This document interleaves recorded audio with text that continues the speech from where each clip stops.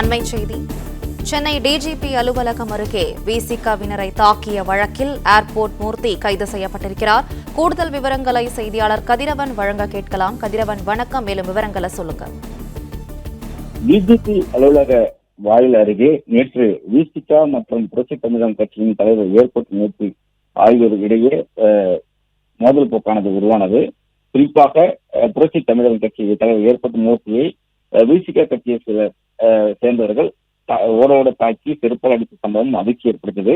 பதிலுக்கு ஏர்போர்ட் மூர்த்தியும் தான் வைத்திருந்த பாக்கெட் கட்சியால் தாக்கியதுல ஒருவர் காயமடைந்தார். இந்த விவகாரத்துல ஏர்போர்ட் மூர்த்தி தான் கையில் வைத்திருந்த சிறியரக கட்சியை தாக்கிய விசிக நிர்வாகி திலீபன் என்பவர் கையை பிடித்ததுல ராயப்பேட்டை அரசு மற்றும் அனுமதி போட்டு அவருக்கு 16 கைகள் போடப்பட்டது. நிலையில்தான் இரு தரப்பினரும் மாறி மாறி காவல் நிலையத்தில் புகார் அளிக்கின்றார்கள். குறிப்பாக புரட்சி தமிழகம் கட்சியின் தலைவர் ஏர்போர்ட் மூர்த்தி மெரினா காவலுக்கு தன்னை தாக்கிய நபர் மீது நடவடிக்கை எடுக்க வேண்டும் என்று ஒரு புகார் அளித்தார். அது 2 பிரிவின் கீழே வழக்குகள் பதிவு செய்யப்பட்டது. அதே போல விசிகவினர் காவல் ஆணையர் அலுவலகத்துல புகார் அளித்தார்கள். அதன் அடிப்படையில 3 பிரிவின் கீழே வழக்குகள் பதிவு செய்யப்பட்டது. குறிப்பா ஏர்போர்ட் மூர்த்தி மீது ஆபாசமாக பேசுதல், தாக்குதல் நடத்துதல், கொடுங்காயம் ஏற்படுத்துதல் உள்ளிட்ட 3 பிரிவுகள் மெரினா பொறுத்த வழக்கு பதிவு செய்தார்கள். அதன் அடிப்படையில தற்போது புரட்சி தமிழக கட்சியின் தலைவர் ஏர்போர்ட் மூர்த்தி கைது செய்யப்பட்டிருக்கிறார்.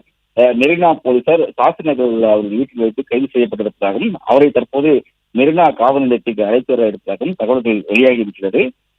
அவர்கள் மீது இருதரப்பு விசிகவினர் மீது 5 பேர் மீது 2 பிரிவின் கீழே வழக்கு பதிவு செய்யப்பட்டது.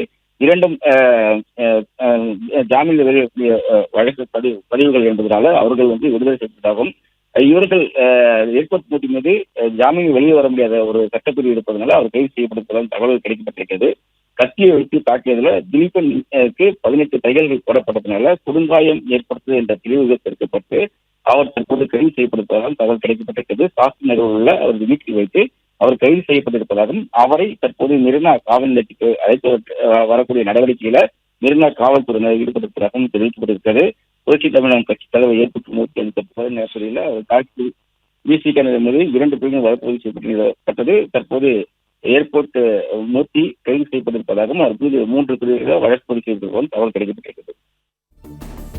விவரங்களுக்கு நன்றி கதிரவன். பிளே ஸ்டோர் மற்றும் ஆப் ஸ்டோரில் இருந்து பாலிமர் செயலியை QR கோடு மூலம் பதிவிறக்கம் செய்யுங்கள். செய்திகளை உடனுக்குடன் பெறுங்கள்.